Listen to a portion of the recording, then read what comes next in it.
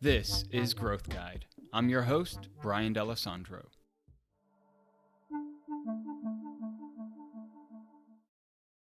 I'm so excited to be here today. This is a long time coming, and being that this is the first episode, I want to cover off on three things today. First, a little background on me. Second of all, how Growth Guide came to be. And third, why you should actually care. Now, growth has always been at the forefront of pushing me to achieve my goals and to evolve as a human being. Now, that being said, I've come to appreciate that preceding growth is usually the feeling of getting stuck. I should know because I've been stuck thousands and thousands of times, and I honestly hope that that never stops because that means growth is right on the other side. You see, getting stuck usually shows up right as I'm pushing up against a barrier, something that I've never broken through before. And it shows up in all different forms. This could be a debilitating fear or anxiety. It could be a self-limiting belief or worthiness issue. It could be procrastination or even laziness or sometimes a physical shortcoming. I remember a particular time where I was feeling stuck in my early 20s. I'd been working in the advertising world in New York City. I had an incredible boss, very intelligent, incredibly creative, and extremely successful. He was equally toxic and abusive in how he treated all of us. And because most of us were young, we didn't know any better. We fought for his approval, and we consistently gave away our agency. We gave away our power. And I remember realizing that it was time for me to move on. I had gotten so much from all the people that I worked with there, him included, and knew that I needed to go to the next thing. Yet I was stuck because I didn't have a traditional portfolio. I couldn't go out and get another job. That was the way it was back then. If you didn't have a portfolio, people didn't want to talk to you. I didn't know what I was going to do, and it felt pretty hopeless. And then life stepped in with one of its grand gifts, although it definitely did not feel like it at the time. I had gone to the doctor for a routine checkup, and he diagnosed me with a deadly autoimmune disease called sarcoidosis. He told me this is going to go down one of two ways. Either it's going to go down a path of becoming symptomatic, which it would progress rather quickly, and things get pretty ugly really fast. Or it was going to fade away over the coming months, and on the next chest x-ray, if it didn't show up, we never had to think about it again. Well, he followed up by giving me a sheet of paper. It was pale blue. I remember it was like in the movies. Everything slowed down. I could hear my breathing, my heartbeat, and I could feel and taste the speckles in that paper. As everything blurred out, I saw a list of symptoms, and one of them began to float up off the page. In bold letters, it said, "Sudden death." My life came to a screeching halt. I was petrified. Oddly, not at the idea of dying as much as the idea that when I honestly looked at how I'd lived my life, there were a number of areas where I played it safe. I was not living my boldest life. I'd been conforming, and I was not okay with that. Now, spoiler alert, I did not progress into having symptoms, and sarcoidosis went away, never to be thought of again. Thank God. I also thank God for this experience in that it gave me a lot of the benefits of a near-death experience without actually having to nearly die. But it was enough to give me a jolt, a swift kick in the butt, and really take stock of just how precious life is, and that we never know just when it's going to end. And as I played back my life's highlight reel, I began to ask the big questions of how I was using my time, of what was my purpose, and what was holding me back from living my purpose. That state of fear instantly shifted. All of those problems of job and relationship, they became a thing of the past. And that fear shifted to one of freedom. I know we've all had this feeling before, that there just has to be something more to life than this, than working the grind to make money, to pay the bills, and do it all over again without ever actually having time to do what we love. Well, all of my previous concerns of jobs, of personalities, and all of this nonsense melted away in an instant. I saw them for what they really were: distractions. This sent me down a long road of personal growth, and it was a really hard one to start because where I wanted to be was so far out of my grasp, I didn't know where to begin or even how. But something inside of me told me clearly I just needed to take that first step. And it didn't even matter what that was. So I did. I continued down the path. I felt like a foreigner in a faraway land. The language didn't make sense. The practices were very odd. I had an acupuncturist that once asked if I wanted to try cupping. I had no idea what it was, but I was saying yes to everything, so I said sure. If you don't know, it's when they take a glass cup, they light a fire in it, remove the fire, attach the cup to your body, and it creates this immense suction. Well, the experience was actually pretty profound. It was powerful. But what he failed to tell me was that it leaves you looking like you just got 15 hickeys from a giant octopus. So you could imagine the explaining I had to do when I got home to my girlfriend at the time. But I continued down the path and, fumbled along the way, laughing at myself. I was learning amazing lessons and meeting incredible teachers. And their ideas often shook my very foundation. I mean, every single day I was petrified. But that's what I've come to recognize as the signature for growth. Have you guys experienced this? Anytime you're going to try something new, every part of your being jumps into action to hold you back from actually doing it. I can think of specific instances where it was very clear. One was in New York City. A long time ago, I was deciding to start riding a bike. And these were long before the days of bike lanes and city bike. In fact, I was starting to try by rollerblading through the city. That really dates me. But I found myself, after deciding that, on the side of the road. And I was trying to psych myself up to jump into action as I watched this madness unfold around me. I mean, it was utter chaos.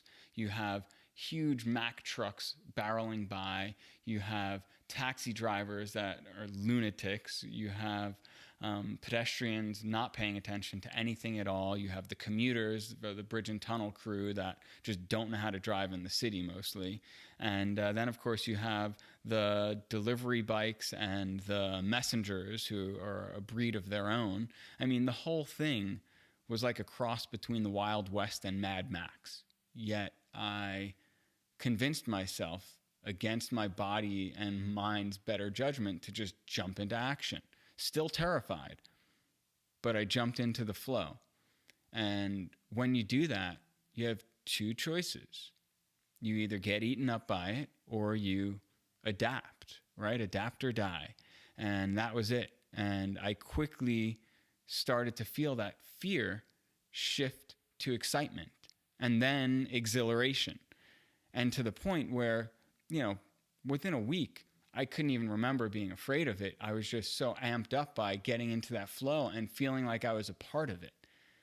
And all of a sudden, you shift that perspective.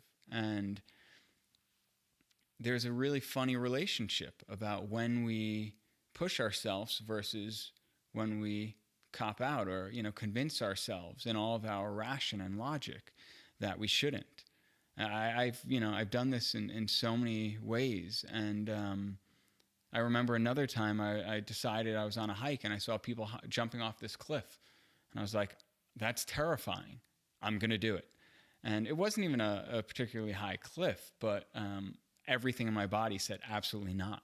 And I remember I climbed up to the top, and there was a guy right before me. He was a little older than me. He was in his 50s, and he was there with his son. And he was getting in his head. He got himself all psyched up and convinced himself that he wasn't going to do it. And his son, the other people, myself, we all around him tried to, coach him into doing it, and because he wanted to, but he decided not to, and he convinced himself that it was the wise and prudent thing not to, and so he climbed off of there. And I've thought about this guy from time to time. There's no way I could imagine that he looks back at that and says, "Wow, yeah, that was the right decision. That was a good call." He must look back at that as a failure, or he just ignores it and finds comfort and safety. And I got up there, and I have a video of it even. You can see everything in my body was like, absolutely not. And like my response was to like bend down as low as I could. My like torso is parallel with the ground, and I somehow got my body to just move forward and jumped. And the second you jump, it's amazing fun because fear doesn't exist in the moment. It's only about, looking back on the past or projecting into the future. So I did it. And it's one of those things, even though it was clumsy and I was terrified, I look back at it and I'm proud of it because I was terrified, but I did it. And so I try to use that to drive me in these different areas. But that's what I've come to see as that signature. But back then I didn't understand this yet. I had just been introduced to meditating. I had left my full-time job, started getting certified as a yoga instructor. I was going deep down the rabbit hole as if something else entirely was guiding me. I was introduced to thinkers that would challenge my habits, my patterns, perspectives, and beliefs. And through meditation, I remember, I had been struggling with anxiety, and I had my whole life. I self-medicated and did anything else I could previously, but now I was finally addressing it. And through meditation, I learned that I had no conscious connection to my breath.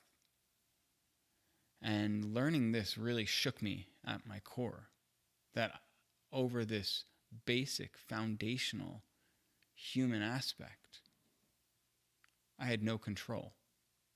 And as I brought my awareness to it, my nervous system would go into hyperdrive, as if it was being found out or attacked or trying to be changed. And, my tact up until that point, anytime anxiety came on, I would fight it. I would tell it to, my internal voice would say, shut up, go away, stop being such a wimp. And I would fight it every single time. I would go to battle with it. And every single time I lost. Yet I never changed the tact. I didn't know how. I didn't even know there was another way until I was working with a coach who asked me, well, what if you greet your anxiety as a friend? And what if you try to understand it and help it to feel safe? I looked at him like he was absolutely nuts.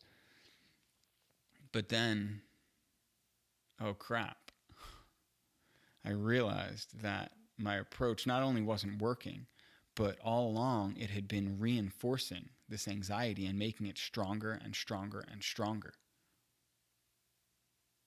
And right as I made that acknowledgement, I felt this wounded part inside of me open up, as if it was being heard and seen for the first time. So I began to cultivate this relationship, and I learned that this anxiety didn't want to or didn't enjoy to hijack situations. It just needed to feel comfortable. And I could develop tools to do so. And incidentally, when I created an environment that was more comfortable, I felt more comfortable as well. I struggled with this work time and time again, but I kept making progress. And then when I was ready, another self-limiting belief would appear as if to be worked on. So one by one, I started working on them, and despite them being uniquely scary and challenging, as I'd integrate each one, I'd feel a little bit more free. I'd also start noticing the types of situations and personalities that would trigger me. And when I felt my breathing get constricted and anxiety start coming up, I knew that these were actually my teachers. And in fact, as long as they kept showing up, I still had work to do in that area. Over the next 10 years, I journeyed deeper down this path, and I came to quickly realize that this wasn't a means to an end. It wasn't about fixing or healing. This was the whole journey. And how cool was that?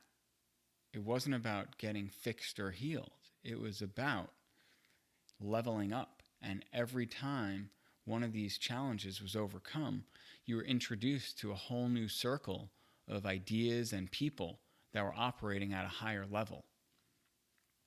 Now, I developed a personal framework for myself, for my health, my growth, my wellness. I read countless books, attended workshops, seminars, webinars, you name it. And, I trained in every modality I could, from public speaking to business to entrepreneurship to fitness and wellness and nutrition, meditation, healing arts. I mean, the list just goes on and on. To say I had experienced changes would be an understatement. I mean, I'd become a completely different person.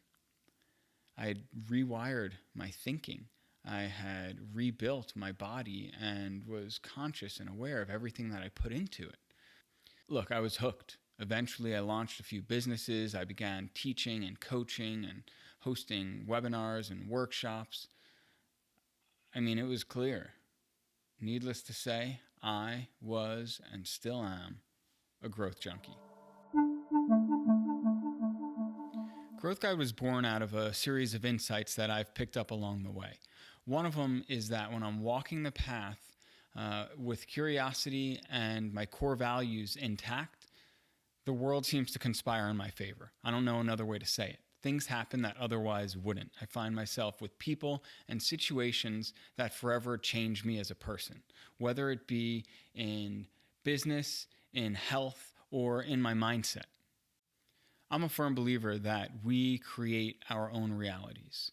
Whether we want to take responsibility for that is a whole other story. But the idea is that our conscious and unconscious thoughts, actions, beliefs all create the world around us. They create the situation. And we co-manifest the entire world collectively.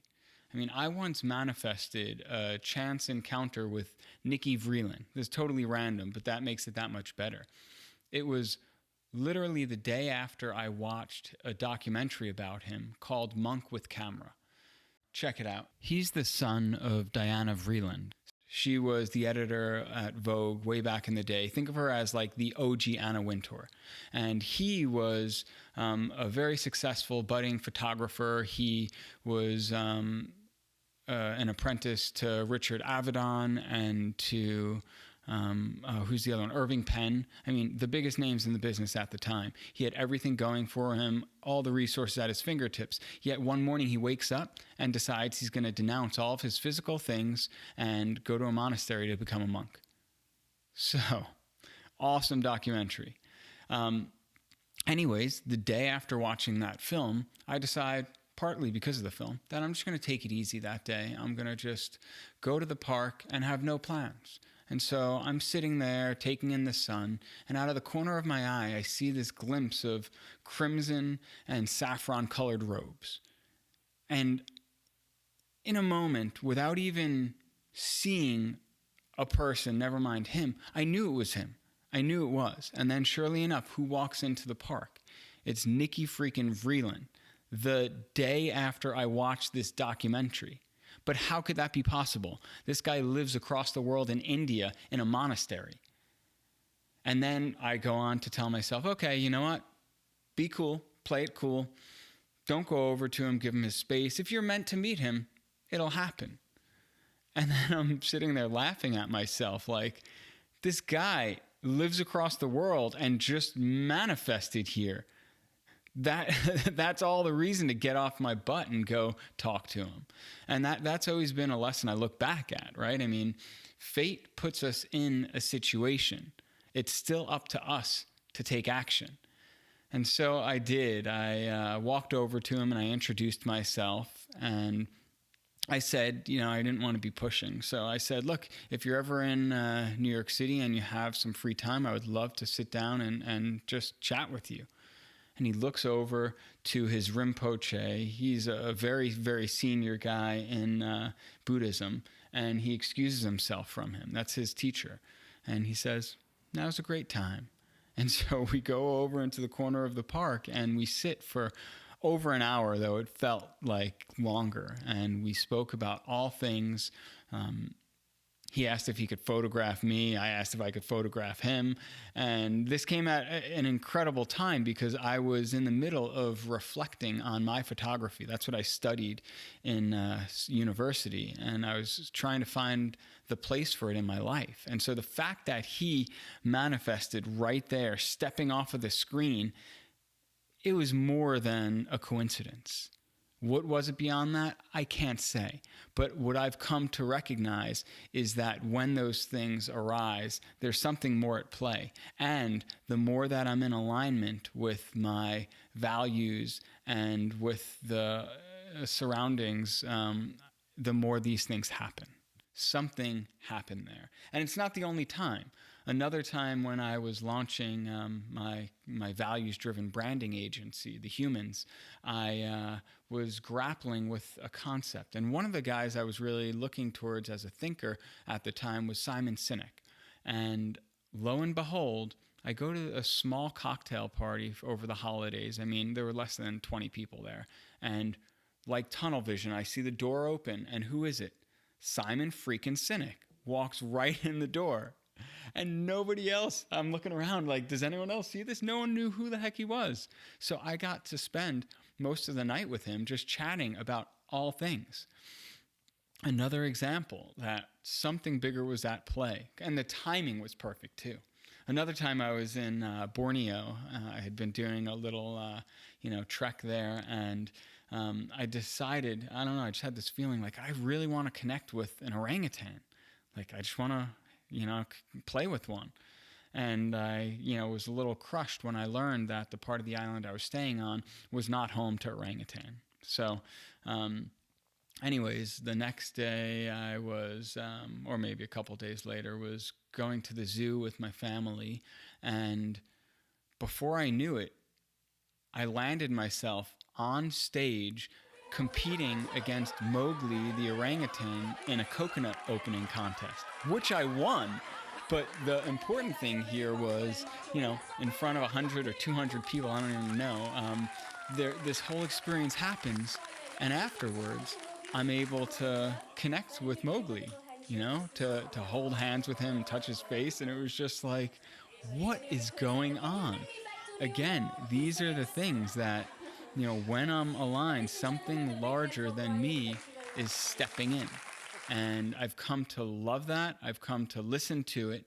And the more I walk the path, the more these events seem to unfold, small and large. And I believe that, in varying degrees and ways, this happens for everyone when we exercise those muscles, when we learn to listen to those subtle messages that are at play and build the skills to do so. As I developed and learned to recognize these skills, I saw proportionate growth in all areas of my life, whether it be in my relationships being more open, honest, and meaningful, or professionally achieving things that I never could have anticipated. The path of growth has opened up many doors for me. It built my confidence. It helped me to break old patterns and self-limiting beliefs. And, don't get me wrong, I have lifetimes of work left ahead of me. But it's certainly aided me in my pursuits as a serial entrepreneur, when I was launching the Humans Conscious Branding Agency, or United Purpose membership community for top performing New Yorkers, or my most recent endeavor, Eaton Hemp, an organic hemp wellness company. So it was really, exciting work. I was seeing the results impact people on the ground, and it was helping a lot of them. The only problem was that I was feeling stuck again. I'd wake up exhausted. I wasn't getting enough sleep. I was overstressed, overworked. I was just beating up my body. I wasn't getting the exercise I needed. And the irony was I was running a health and wellness company, and I had let my health slip so far away. I'd convinced myself that since I was doing good, I should just keep pushing on and soldier on, right? And I did for a while, until one morning I woke up and it all clicked. There was a deeper story that was coming about and whispering, and I couldn't hear it. And then I did. Our planet's going through a great transformation, and humankind is growing from adolescence into adulthood, from competition to cooperation. Global warming, the BLM movement, women's rights movement, a divided country and world, our systemic breakdown of health, education, and the list goes on. It's calling for a revolution, but not the kind that we typically resort to when we're feeling hurt, injustice, sadness, confusion, anger. This is not a violent conflict or one of divisive control.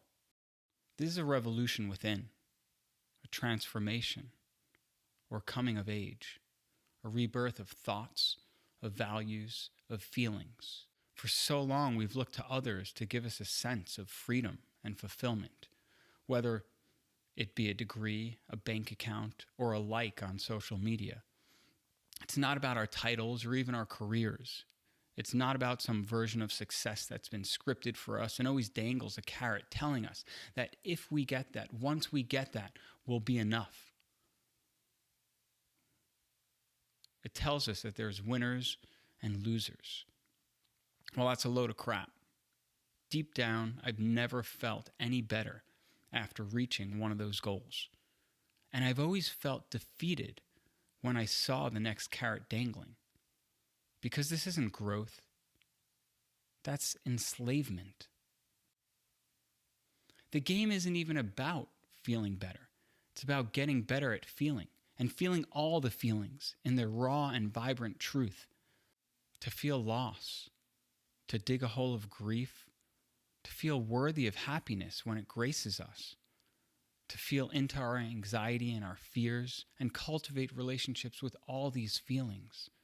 And all along, once we connect with something larger than life, call it purpose, love, God, Allah, the universe, whatever, to know that there's something there guiding us through all of this and providing us with the tools we need at exactly the right time.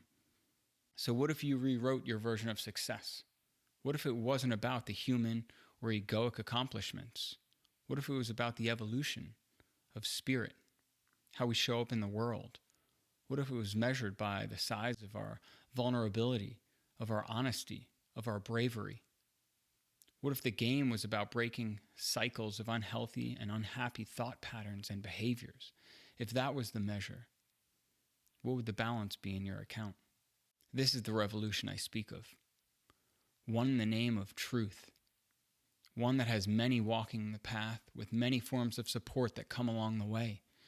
What if we honestly look at how we speak to ourselves, of how we do the work to bring our unconscious programming and shadows to the light? How we care for ourselves so that we could properly care for others. This is a revolution of the foundation, a freeing of mental slavery, as the great Bob Marley put it. A dismantling of beliefs that no longer serve us, of what health and wellness look like, of what freedom looks like, of what reaching our full potential looks like. For me, it came fast and hard. I woke up and my choices were crystal clear. Have you ever experienced that? It was almost binary. Something deep within would not allow me to accept anything that was misaligned, and certainly wouldn't let me convince myself of anything that wasn't true. It wasn't a logical or intellectual decision. It was one of the heart. I know that the times I've felt most alive were when I'm listening to the flow of things around me, when I'm clear about the frequency I'm tuned into, and I'd instantly find myself surrounded with those people and experiences that were on the same channel. I'm a firm believer, as you now know, that when we walk our purpose, the world conspires in our favor. And I believe that when we explore this world with curiosity and awe, remarkable things take place. For me, it happens most when I'm traveling and talking to people. We're in a pandemic. How are you going to travel? Well, a pandemic is no reason to stop growing. So I did the only logical thing.